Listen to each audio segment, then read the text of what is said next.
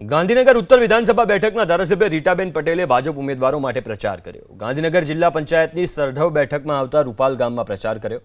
ગાંધીનગર શહેર ભાજપ પ્રમુખ આશીષ દવે સહિત પાર્ટીના આગેવાનો પ્રચારમાં જોડાયા।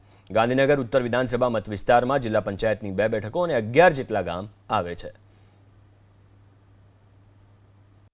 तो मैदान में महारथी में आज बात करशू गांधीनगर उत्तरना धारासभ्य रीटाबेन पटेल के जो अत्यारे प्रचार में निकळ्या छे। बेन मेयर चूंटणी मतलब के महानगरपालिका की चूंटणी लड्या, मेयर बन्या, धारासभ्य चूंटणी लड्या और धारासभ्य बन्या और हवे जिला पंचायत बैठक पर तमे प्रचार करी रह्या छो। खास तमे तमारी ज्यारे चूंटणी थी त्यारे आटलुं दौड्या था? भारतीय जनता पार्टी नो कार्यकर्ता कोई पण चूंटणी होय पोते लड़तो होय के बीजाने लड़ावतो होय एने हर हमेशा आवी मेहनत करी छे। अने चूंटणी चोमासामां आवे, शियाळामां आवे के भर बपोरे आवे, भारतीय जनता पार्टी नो कार्यकर्ता दरेक चूंटणीनी अंदर पोते ज उमेदवार छे अने पोताने टिकिट मळी छे एवी रीते मेहनत करे छे। त्यारे ज आजे विश्वनी सौथी मोटी भारतीय जनता पार्टी छे। बेन पोताना माटे तो सौ कोई दौड़े बराबर, बीजाना माटे दौड़વું કેટલું અઘરું? જ્યારે આખી ટીમ કામ કરતી હોય, તમે અત્યારે જોઈ રહ્યા છો કે જિલ્લા પંચાયતનું ઇલેક્શન છે પણ ગાંધીનગર કોર્પોરેશનના પણ કાર્યકર્તાઓ મોટી ટીમ સાથે અહીંયા ઉપસ્થિત છે। એટલે જ્યારે બધાની સાથે એક ટીમ સાથે કામ કરતા હોય ને ત્યારે ગરમીની પણ અસર થતી નથી અને કોણ ઉમેદવાર છે એની પણ કલ્પના રહેતી નથી। બેન શેડ્યુલ શું હોય છે ખાસ? કારણ કે ઉનાળાનો સમય છે, દિવસો ઓછા છે અને આવા સંજોગોમાં મહત્તમ લોકો સુધી પહોંચવું કેટલું અઘરું અને કયા પ્રકારનું આયોજન? જ્યારે વિચારીએ ત્યારે અઘરું લાગે છે પણ જ્યારે મેદાન પર ઉતરીએ, જમીન ઉપર કામ કરીએ ત્યારે અઘરું નથી લાગતું।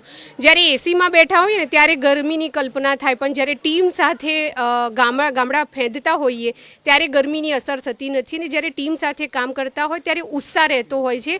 અને કાર્યકર્તા એવું નથી કે ગામડાનો છે, શહેરના પણ કાર્યકર્તા મોટી ટીમ સાથે જ્યારે સપોર્ટ કરવા માટે આખી ગાંધીનગર ઉત્તર વિધાનસભા એટલે લોકસભાના સાંસદ અમિતભાઈ શાહ સાહેબનો આ વિસ્તાર છે। આ વિસ્તારની અંદર સર્વ કાર્યકર્તાઓ પોતે જ ઉમેદવાર છે। એવી રીતે સવારે 8:30 વાગે જ્યારે અમારો પ્રચારનો ટાઈમ છે ત્યારે 8:30 બધા જ કાર્યકર્તાઓ પોતાના ઘરના કામકાજ પરવારીને નીકળી જાય છે।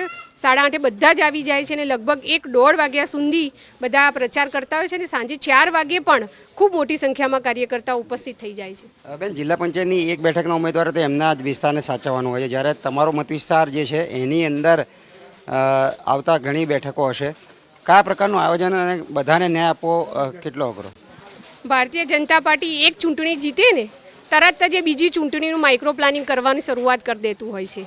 એટલે આ ચૂંટણી પણ અમારા માટે માઇક્રો પ્લાનિંગથી ચાલી રહી છે। આ ચૂંટણીની અંદર અમારા ઘણા બધા કાર્યકર્તાઓ તો બંગાળ પણ ગયા છે, છતાં પણ એક મોટી ટીમ સાથે અમે કામ કરી રહ્યા છીએ અને ખૂબ નાનું પ્લાનિંગ કરીને નાનામાં નાનો કાર્યકર્તા ચૂંટણીમાં જોડાયો છે। એટલે કેટલી સીટ ઉપર ઇલેક્શન ચાલે છે એ મહત્વનું નથી પણ બધા કાર્યકર્તાઓ સાથે મળીને કરતા અને ભારતીય જનતા પાર્ટી પોતાના વિકાસ સાથે નીકળેલી પાર્ટી છે। તમે જોઈ શકો છો કે પ્રાથમિક જરૂરિયાતો અમે દરેક ગામ સુધી પહોંચાડી છે।